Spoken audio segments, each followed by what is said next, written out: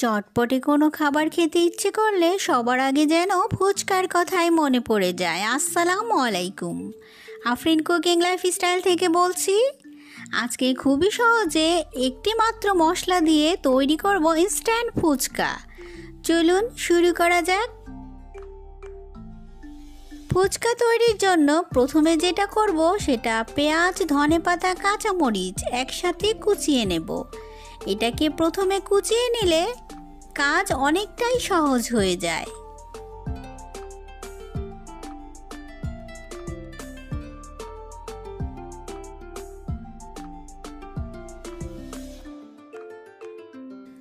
চলুন এখন ইনস্ট্যান্ট ফুচকাটা ভেজে নেওয়া যাক। এই ফুচকা ভাজাটা কিন্তু খুবই সহজ। তেলটা গরম করে প্যাকেট থেকে খুলেই ছেড়ে দেবেন। মাত্র 2 মিনিটেই কিন্তু ফুচকাগুলো ফুলে ফুলে টইটম্বর হয়ে যায়, আর 1 মিনিট ভেজে নিলেই লাল টকটকে হয়ে যায়। খুবই সহজেই ফুচকাগুলো ভেজে নিয়েছি।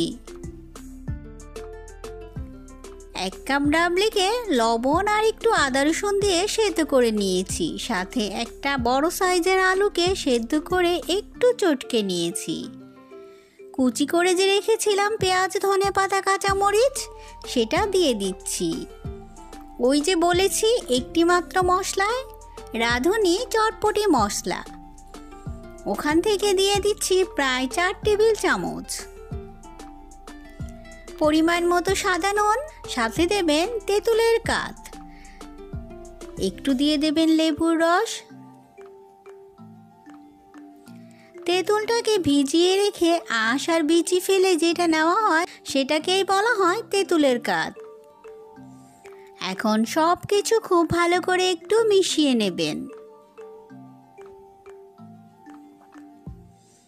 চাইলে আরও কিছুটা টক দিয়ে দিতে পারেন। এখন টকটাকে আরও চটপটি করার জন্য একই মশলা ব্যবহার করে নেবেন। চটপটি মশলা পরিমাণ মতো দিয়ে দেবেন সাদা নুন, পরিমাণ মতো দিয়ে দেবেন বিট নুন, 1 টেবিল চামচ চিনি। সব কিছু খুব ভালো করে মিশিয়ে নেবেন। দাঁড়ান, এতে একটু ধনেপাতা কুচি দিয়ে দেবেন। এখন ফুচকার ভিতরে পুরটা ভরে নেওয়ার পালা। কম বেশি পছন্দ মতো দিয়ে দেবেন। একে একে সবগুলো ফুচকা আমি পুর দিয়েছি। এখন ছিটিয়ে দেব সেদ্ধ করে রাখা ডিম। ডিমটাকে একটু গ্রেটার দিয়ে গ্রেট করে নিয়েছি। বাকি থাকা ধনেপাতা, কাঁচামরিচ কুচি রেখেছিলাম সেটা ছিটিয়ে দিয়েছি।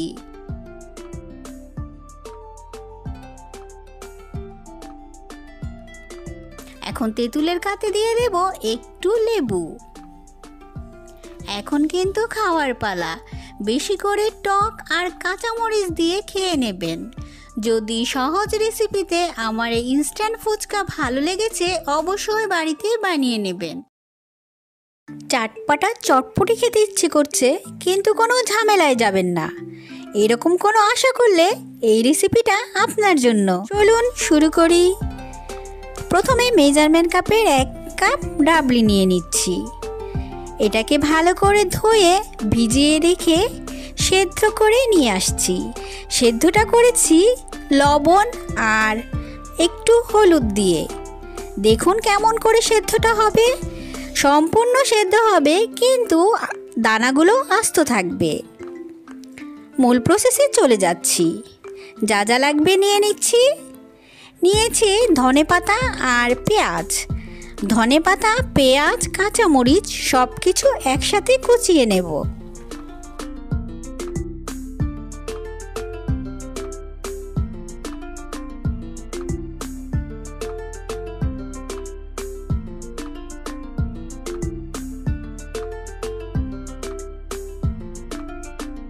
এখন সহজ করে দেওয়ার জন্য নিয়েছি রাঁধুনি চটপটি মশলা।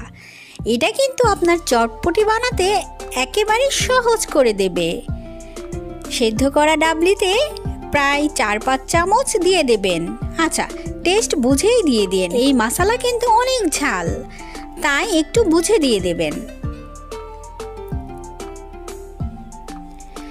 এখন দুটো বড় সাইজের আলুকে সেদ্ধ করে একটু চটকে নিয়েছি। এটাকে কিন্তু একেবারে ভর্তা করা যাবে না, একটু গোটা গোটা রাখবেন, তাহলে কিন্তু চটপটি খেতে ভালো লাগবে, যেমনটি রাস্তার মামারা তৈরি করে।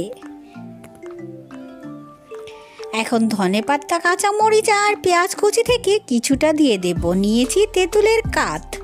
তেঁতুলকে ভিজিয়ে রেখে আঁশ আর বিচি ফেলে দিয়েছি, সেটাই তেঁতুলের কাঠ। দিয়ে দিচ্ছি 1 চা চামচ বিট নুন। আমি কিন্তু সেদ্ধর সময় নুন দিয়েছি, তাই এখানে বুঝে দিয়ে দেবেন। এখন দিয়ে দেবেন প্রায় 2 টেবিল চামচের মতো লেবুর রস।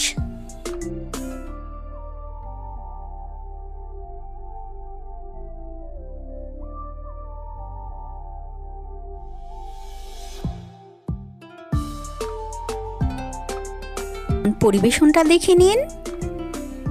প্রথমে দিয়ে দেবেন বাকি থাকা ধনেপাতা, কাঁচামরিচ আর পেঁয়াজ কুচি। তারপরে যেটা দেবেন, খাওয়ার আগে কিন্তু অবশ্যই ফুচকা ভেঙে দিয়ে দিতে হবে। এটা আগে দেওয়া যাবে না, যখন খাবেন ঠিক তখনই দিয়ে দেবেন।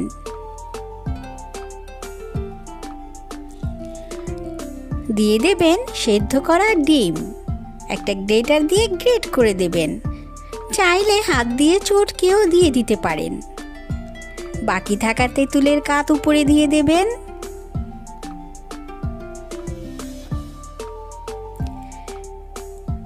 এখন কিছুটা ধনেপাতা কুচি দিয়ে পরিবেশন করবেন, আর গরম গরম চটপটা খেয়ে নেবেন। দেখলেন তো কত সহজে চটপটি দোকানের মামাদের মতো চটপটা চটপটি খুবই সহজে তৈরি করে নিয়েছি। যদি সহজ রেসিপিতে আমার এই চটপটি আপনাদের ভালো লেগেছে, অবশ্যই বাড়িতে বানিয়ে নেবেন। ভিডিওটা ভালো লাগলে একটা লাইক দিয়ে দেবেন।